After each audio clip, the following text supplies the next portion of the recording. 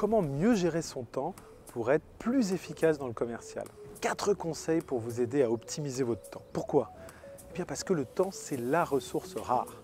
C'est la ressource qui, bien employée, va vous permettre de largement atteindre vos objectifs et pourquoi pas de largement les dépasser. Premier conseil, déclinez vos objectifs commerciaux dans le cadre de la gestion de votre temps. Ça veut dire que si vous considérez que tel client ou telle catégorie de clients est prioritaire, parce que c'est plus facile de travailler avec eux et c'est plus facile de signer avec eux et aussi ça rapporte potentiellement plus d'argent, il faut les prioriser et donc passer plus de temps.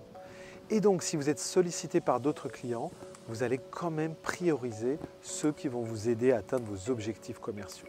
Deuxième conseil, utilisez les enseignements de la loi de Parkinson et la loi d'Illich. Alors, quels sont les enseignements de ces deux lois?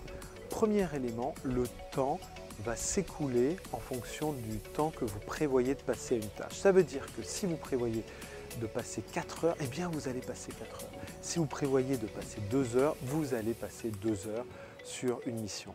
Ça veut dire quoi? Ça veut dire qu'il faut se fixer du temps en avance, du temps limite. Par exemple, pour rédiger une proposition, fixez-vous peut-être 1h30.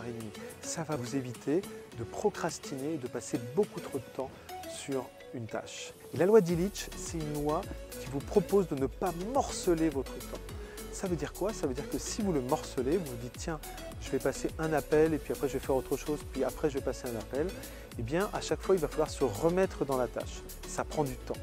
Donc moi je vais vous conseiller, si vous faites par exemple de la prospection de manière intermittente, eh bien de vous bloquer 1h30 de prospection, vous ne faites que ça. Vous allez être beaucoup plus efficace et vous n'aurez pas à faire des allers-retours pour vous demander comment vous allez faire. Troisième conseil, soyez dans une logique d'amélioration permanente. Ça veut dire quoi? Ça veut dire analyser le temps passé, comment vous l'avez utilisé et améliorez-vous. Les meilleurs, ceux qui vraiment réussissent de manière excellente, ont cette capacité de feedback et d'amélioration continue permanente. Pourquoi à la fin de la semaine ne pas vous dire tiens, j'ai fait telle et telle chose, voilà ce que j'ai réussi, voilà ce que j'ai appris et le temps que j'ai passé.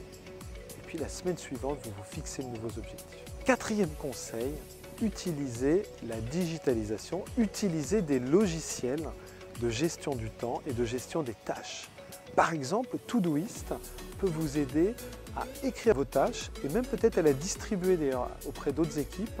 Et ce sont des outils qui sont très efficaces pour pouvoir ensuite suivre vos propres objectifs.